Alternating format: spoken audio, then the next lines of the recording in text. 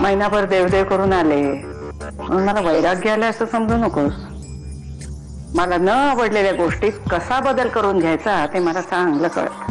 आता बाई पुन्हा एकदा सांगतो, राधिकाच्या नावाबद्दल माझा अजिबात आग्रह नाही आणि हट्टही, पण जानकी आणि अहिल्याच्या नावाला मात्र माझा विरोध आहे, ठाम विरोध आहे. त्यामुळे चाव्या तू तुझ्याकडे ठेवू शकतेस. त्या चाव्या पेडण्याची ताकद आता माझ्या कमरेत नाही हे नक्की, पण म्हणून रस्त्यावरून उचलून घरात आणलेल्या कुणाच्याही हातात त्या चाव्या देणं हे मी ऐकून घेणार नाही. हेच आपण जानकीबद्दलही बोलू शकतो आतेबाई. चाव्या सांभाळण्याची लायकी तर सोडाच, तिची तर या घरात राहण्याची सुद्धा लायकी नाही. तिची लायकी काढण्याआधी एवढं लक्षात ठेव, ती तुझ्या नावाचं कुंकू लावते आणि म्हणून तू जिवंत आहेस.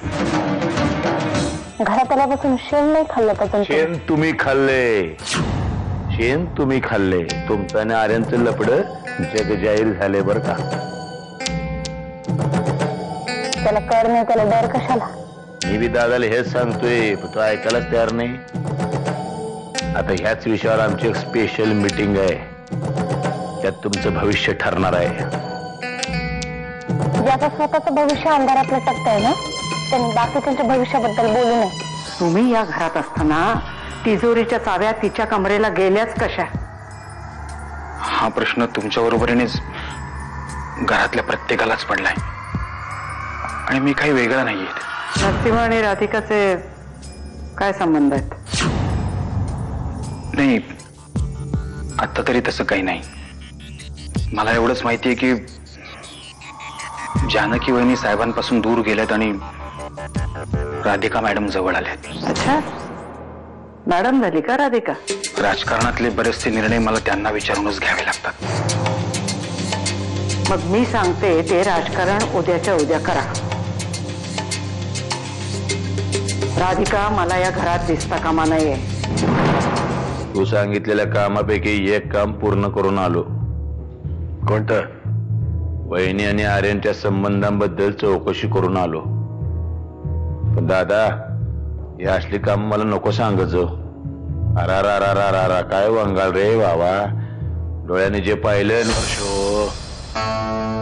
एका वाक्यात बोलायला शिक. जानकी वहिनींचं आणि आर्यांचं लफड आहे. शंका होतीच, पण खात्री पटत नव्हती. हे सगळी चौकशी केली आहे, सर्वांशी बोललोय या विषयावर. गावात काय भोंगा लावून फिरत होतास का काय? अरे दादा, तेवढं कळतंय मला. बोललो म्हणजे अहिल्या देवींशी बोललो, जानकी वहिनींचा ड्रायव्हर, सगळ्यांकडे चौकशी केली. सगळ्यांनी एकच सांगितलं, लय जुनं लफड आहे म्हणले. म्हणजे आपल्या अमृताचं आर्यांशी लग्न होण्याच्या आधीपासूनच हे लफड आहे. परशु, जो माणूस आपल्या घरातल्या बायकांकडे बघतो त्याची काय अवस्था झाली पाहिजे?